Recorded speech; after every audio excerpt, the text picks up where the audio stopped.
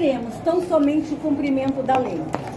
O Brasil é signatário do Pacto São José da Costa Rica, onde lá está dizendo que a escola não pode ensinar nada que atente contra a moral, a religião e a ética da família. A família precisa ser ouvida. E o que nós estamos querendo trabalhar no Brasil? Uma parceria de paz, uma parceria de verdade. Escola e família. A família sendo consultada quando precisar ser consultada, mas a família também não delegando suas responsabilidades. A família precisa estar consciente que ela tem dever e papel. E a escola tem dever e papel, cada um com a sua atribuição. É isso que a gente quer trabalhar no Brasil. A lei, tão somente a aplicabilidade da lei.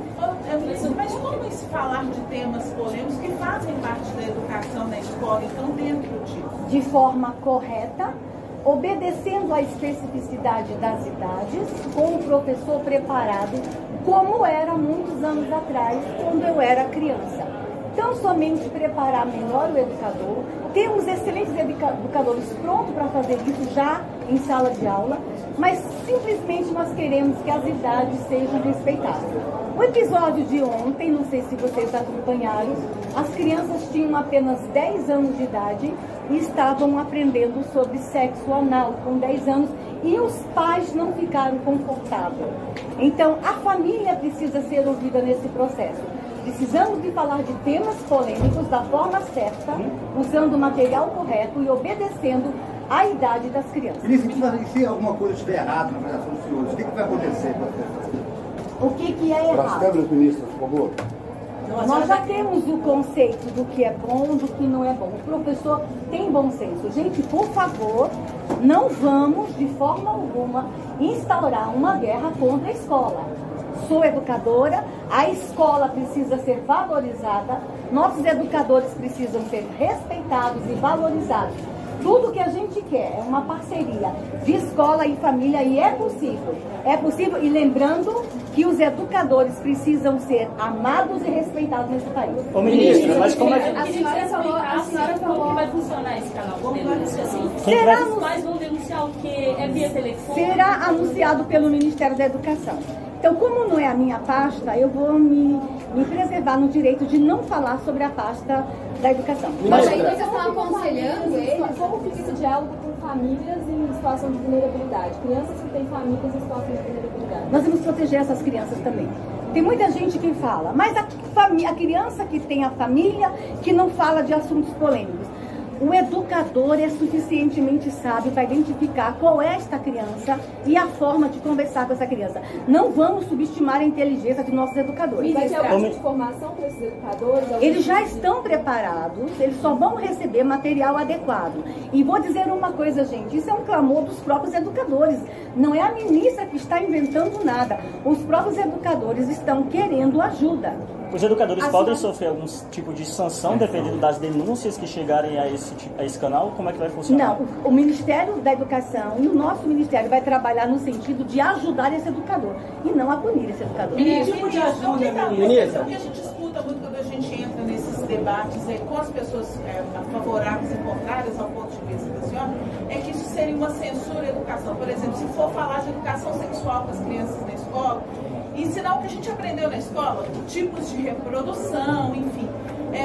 Isso será proibido? Não, de que forma que eu quero só que vocês... Não é censura. Eu só quero que vocês me mostrem uma única pessoa nessa sala que é a favor do que aconteceu ontem. Se tiver uma pessoa aqui dizendo que concorda que uma criança de 10 anos aprenda o que é 69, boquete, fio terra, que são posições de sexo anal, se tem alguém aqui que concorda que isso tem que ser dito em sala de aula e a criança fazer uma redação sobre esse tema, eu retiro tudo que eu falei. Eu acho que não é tema para uma criança de 10 anos fazer uma redação e o professor colocar isso numa lousa. Gente, o que aconteceu ontem não foi o ministro e a ministra e os deputados que ficaram revoltados. Foram as famílias brasileiras que leram aquilo. E eu sou ministra da família e fui acionada pelas famílias brasileiras. Tudo que nós queremos, bom senso, Foi um episódio de um educador. Esse rapaz pode estar doente, perturbado, não está bem orientado. Foi um episódio isolado. O que nós queremos que episódios como esse não aconteçam mais.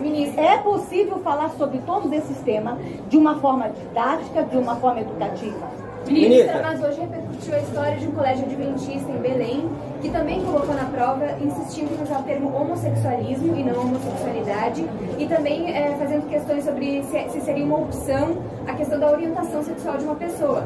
E nesse sentido, sobre essa prova, a senhora não se posicionou ainda? Eu não li a prova, não vi nada sobre isso. Estou o dia inteiro muito envolvida com esses eventos incríveis aqui, não vi nada sobre isso. Ministra, mas a discussão de temas como esses, como aqueles, por exemplo, a identidade de gênero, orientação sexual, isso pode ser passível de denúncias nesse canal? Gente, o que nós estamos falando são os absurdos que aconteceram como ontem. É isso que a escola não pode tolerar mais. E quer que eu diga para vocês? Da onde saiu aquela informação? Os próprios educadores de dentro da escola não se conformam. Então o que acontece? Vai ter educação sexual na escola? Vai! É preciso falar de aparelho reprodutivo? É preciso falar, inclusive, para empoderar a criança. A gente falando de uma forma didática. Deixa eu usar o meu exemplo. Nós estamos aqui, vamos falar do meu exemplo. Aos 6 anos de idade, quando eu fui barbaramente abusada, eu não sabia o que era aquilo. Eu não sabia se eu podia gritar, se eu podia berrar, se eu podia denunciar. Na minha cabecinha de uma menina que vivia num lar de plena fraternidade, amor e céu. Meus pais eram pastores, só falavam de amor para mim. Eu não sabia o que era aquilo. Se eu tivesse sido orientada antes, se alguém tocar aí, grite muito, eu teria sido empoderada para me proteger. Então nós entendemos que inclusive a educação sexual, da forma certa, ela pode ser aplicada para que a criança se proteja. Não existe aqui nenhum governo radical, opressor, que vai proibir falar desses temas, obedecendo, repito, o material didático certo, a idade certa e a forma certa de falar com as crianças. No início a senhora acabou de falar que gostaria que voltasse a ser como era no seu tempo. Eu aprendi aos 6 anos de idade. No meu tempo, a criança não era obrigada a ir para a escola. As crianças iam para a escola aos 7 anos de idade. Eu tive o azar de aprender sobre isso apenas depois dos 7 anos de idade. Mas aprendi de que forma? Minha professora falou de biologia de uma forma muito didática comigo. Eu não fiquei nenhuma vez vermelha em sala de aula. Eu não tive acesso a um material como esse que eu vi ontem. Nem tampouco um pênis de borracha aos 8 anos de idade, como a gente já viu algumas cenas no Brasil. Tudo que a gente quer que seja obedecida, gente, a idade biológica da criança, a maturidade da criança. É só isso que o Brasil quer. Vamos obedecer à especificidade das idades e vamos conversar com a família. Vamos combinar com a família. É possível fazer isso? É possível, gente, escola e família caminhar junto? É um sonho, é possível. Sobre a família, eu conversei com mães LGBT ali e elas falaram que o seu governo e a senhora não respeita a diversidade. Eu queria que a senhora falasse sobre como o governo tem atuado nesse sentido de incluir essas famílias, respeitar a diversidade e a individualidade de cada um. Fala-se de uma forma genérica, mas ninguém mostra um único exemplo de violação de direito da comunidade LGBTI. Pelo contrário, nosso ministério, quando assumimos, nós tínhamos lá a diretoria de direitos LGBTI. A diretoria está intacta, com os mesmos servidores, fazendo as mesmas coisas. Vamos focar este ano num trabalho espetacular para a empregabilidade para a comunidade trans, como nunca foi feito. Tinha muito barulho no Brasil e poucas políticas públicas eficientes. Por exemplo, a comunidade LGBTI nas aldeias, como é que estão? Ninguém falava deles. A comunidade LGBTI lá da região ribeirinha, política pública chegou lá? Então nós estamos trabalhando esse tema de forma séria, com resultados. É só entrevistar a nossa diretora, que é uma trans, uma professora trans, uma pessoa extraordinária, um dos maiores cérebros que eu conheço no Brasil, está conosco nessa diretoria. Nenhum direito da comunidade foi violada. Ministra, vou dar um pouquinho o assunto aqui, ministra. Eu reconheço, respeito, mas é claro, respeito, amo, e tem um segmento na comunidade LGBTI que eu tenho um amor espetacular e especial, que são as travestis, e trabalho com elas há muitos anos. Ministra, mudar um pouquinho o assunto aqui, ministra. As falas da senhora serem distorcidas quando saem na grande mídia. Como que a senhora lida com isso? Eu tento fazer dessas falas distorcidas limão e limonada. Quando a grande mídia riu de uma menina em cima de um pé de goiaba que estava chorando e querendo se matar. Riram, zombaram, não me perguntaram por que eu estava lá. Essa cena, obrigada à imprensa que distorceu, acabou nos dando a oportunidade de conversar com o Brasil que existe suicídio de criança no Brasil. Por conta disso, virou meta de 100 dias a gente estudar no Brasil uma proposta para prevenir o suicídio de crianças e adolescentes. Tento fazer isso. Do limão, uma grande limonada. E faço o seguinte, e convido a imprensa a me acompanhar no dia a dia, a estar comigo dentro do gabinete, a viver comigo e a olhar os números, os resultados e as entregas. Ministra, a senhora disse que ninguém perguntou. Perguntaram para a senhora já respondeu? Meses depois. Por que eu estava chorando? Já respondi. Estava chorando porque sou uma das milhões de crianças que foram abusadas na infância. Este é um país que, infelizmente, o abuso é de verdade. E quero dizer para vocês que o abuso sexual, a violência sexual não encerra no ato. Ela nos acompanha a vida inteira. Dizem os especialistas que 1 a cada 3 mulheres no Brasil pode ter sido abusada sexualmente. 1/3 das mulheres no Brasil pode ter sido vítima do abuso. E o abuso não destrói a menina, destrói também a mulher, não destrói só a menina. Mas eu queria falar sobre exatamente isso que eu quero perguntar. Em razão dos últimos 30 anos de governo de esquerda do país, hoje a gente vive num país onde uma criança de 13, 14 anos pode ser pai ou mãe, mas não pode trabalhar. O governo Bolsonaro pretende aplicar essa política de adolescente pode fazer tudo, menos trabalhar, ou ele tem algum plano para mudar isso? A nossa lei da aprendizagem, ela é muito boa, mas ela precisa ser melhorada. Nós acreditamos que o trabalho, a aprendizagem, o jovem aprendiz, nós acreditamos nesse projeto e acreditamos que é uma arma arrebatadora para a gente tirar o menino do crime, da depressão, da ociosidade. Estamos melhorando a lei. Foi lançado agora com o Ministério da Economia um programa que nós vamos aumentar em número absurdo o número de jovens empregados no Brasil no primeiro emprego. Esse projeto Jovem Aprendiz ele não chega nas pequenas cidades, ministra. Denúncia das escolas, quando é que vai sair, quando é que vai ser anunciado e qual a atribuição o ministro da Educação vai estar informando. Mas eu gostaria de falar... Pessoal, vai virar audiência pública, ela tem outros compromissos. O Ministério apoia o projeto Escola Sem Partido? Sim. Não é só o nosso ministério, o governo como um todo apoia o projeto Escola Sem Partido, onde as coisas ficam no seu devido lugar, o papel da escola, o papel da família. Gente, vamos falar da unidade educativa. Qual vai ser o papel do seu ministério nessa questão que a senhora abriu a coletiva falando? Nós vamos dialogar com as famílias, nós vamos fortalecer as famílias, nós vamos conversar com as famílias, vamos participar desse processo. Vocês vão assessorar o MEC na criação desse disco de denúncia? Vamos ajudar o MEC nesse caso. Nós estamos ainda construindo isso. Nos dá um tempo pra gente anunciar. Deve anunciar quando? Esse ano ainda? Esse ano ainda. Mas, gente, vocês não querem saber dos meninos das unidades socioeducativas? Não. Vocês não querem saber dos meninos que estão em conflito com a lei? Das mulheres que estão sendo vítimas de violência, o que estamos fazendo? Encerrou? Feminicídios. Ok. Casa da Mulher Brasileira, que foi inaugurada em São Paulo. Nós temos como meta trazer a Casa da Mulher Brasileira para a capital. Mas hoje nós estamos apresentando um outro formato. Aquela casa que a gente inaugurou em São Paulo e que temos em Mato Grosso do Sul, temos no Paraná, ela é imensa. Nós estamos apresentando para o Brasil formatos menores. Cidades menores poderão receber aquele equipamento que a gente considera poderoso no enfrentamento à violência contra a mulher. E aqui para Minas já estamos trabalhando a previsão de trazer para o próximo ano uma Casa da Mulher Brasileira. Algum foi entregue, ministro? Oi? Algum foi entregue esses equipamentos ou ainda não? Nesse governo Bolsonaro, entregamos a de São Paulo e estamos concluindo outras obras. Mas entendemos que precisamos ir especialmente para cidades de fronteiras, onde a gente tem ali o risco do tráfico de mulheres. Então nós diminuímos o formato, Ainda vai existir o formato grande para aquelas cidades que querem o formato grande, mas nós vamos ter casas a partir, por exemplo, de R$800 mil. Aquela casa que foi entregue, ela custa em torno de 12, 15 mil reais. Milhões.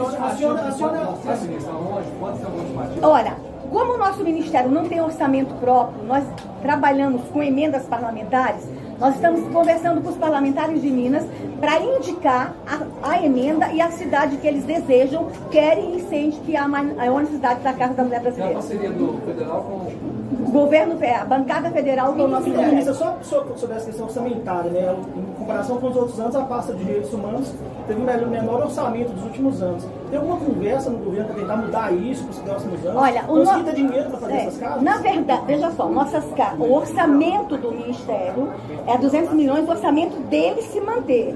Mas a gente tem as emendas parlamentares, que é outro valor. Então, o nosso ministério, ele não é um ministério de obras, de execução. Nós somos mais um ministério de articulação, um ministério de direitos. As pessoas não entendem. Vocês executam. Executamos um ou outro projeto. E os nossos projetos que nós entregamos, eles são por emendas parlamentares. Por exemplo, gente, nós entregamos esse ano aqui em Minas 23 kits para conselhos tutelares. E vou entregar até o final do ano mais 10. Só que eu tenho muitos conselhos tutelares em Minas precisando ser equipados com carros, computadores.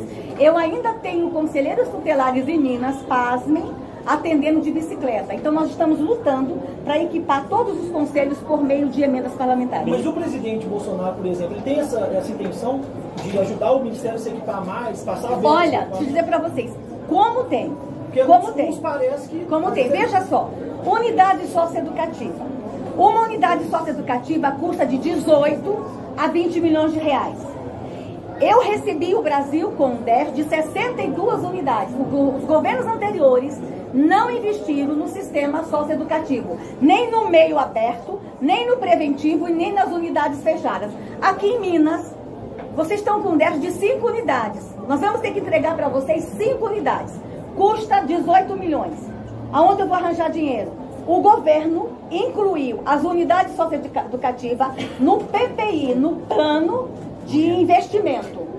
É o único projeto social incluso no PPI, são as unidades socioeducativas. Eu preciso de 1 bilhão e 200 milhões para entregar 62 unidades.